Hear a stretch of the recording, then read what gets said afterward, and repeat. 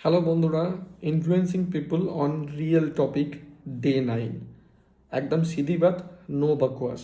আমরা এখন রিল খুললেই দেখি ওই যে বিভিন্ন রকমের কি বললাম, ময়দা মামনি ময়দা দাদাবাবুদের প্রকোপ প্রচণ্ড পরিমাণে বেড়ে গেছে।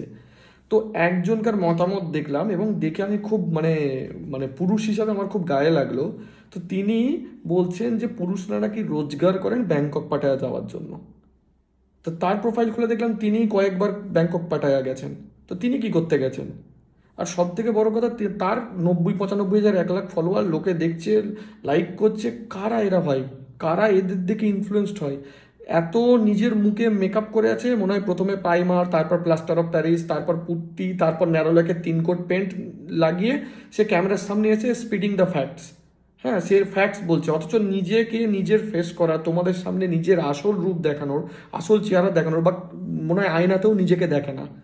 তাহলে সে যে নিজেকে দেখে নিজে সহ্য করতে পারে না, সে তোমাদেরকে রিয়েল ফ্যাক্টস বলবে? যে নিজেকে তোমাদের সামনে রিয়ালিটিতে আসার ক্ষমতা নেই, সে তোমাদেরকে ইনফ্লুয়েন্স করবে?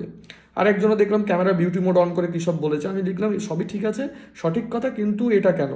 তখন আমাকে রিপ্লাই করে বলছে যে ক্যামেরা বিউটি মোড সবেরই থাকে, বোঝার মানসিকতা হচ্ছে যে যার নিজের। আমি তখন ওখানে লিখলাম যে হ্যাঁ ঠিকই, রাস্তায় চলতে মদের দোকান, সিগারেটের দোকান, ফলের দোকান 3টি থাকে, খাওয়ার মানসিকতা হচ্ছে যে যার নিজের। তো বলো, এদের দেখে তোমরা ইনফ্লুয়েসড হও? একদম ভুল করো না। এদের একটাই কাজ, রোজগার করা। তোমরা একটা ভিউজ, একটা লাইক, একটা ফলো এদের পিআর টিমের কাছে যাবে। এরা ভালো মোটা অঙ্কের বিভিন্ন জায়গায় হচ্ছে প্রমোশনস পাবে, তোমার কিচ্ছু হবে না। এরা ব্যাংককও যাবে তোমাকে ব্যাংকক না যেতে বলে, এরা পাটায়াও যাবে, ফিপি আইল্যান্ডও যাবে তোমাকে না যেতে বলে। বুঝতে পারলে তো? সুতরাং ইনফ্লুয়েসড হলে রিয়েল মানুষদের থেকে, মনীষীদের থেকে ইনফ্লুয়েসড হও, যারা সমাজের জন্য কিছু করেছে।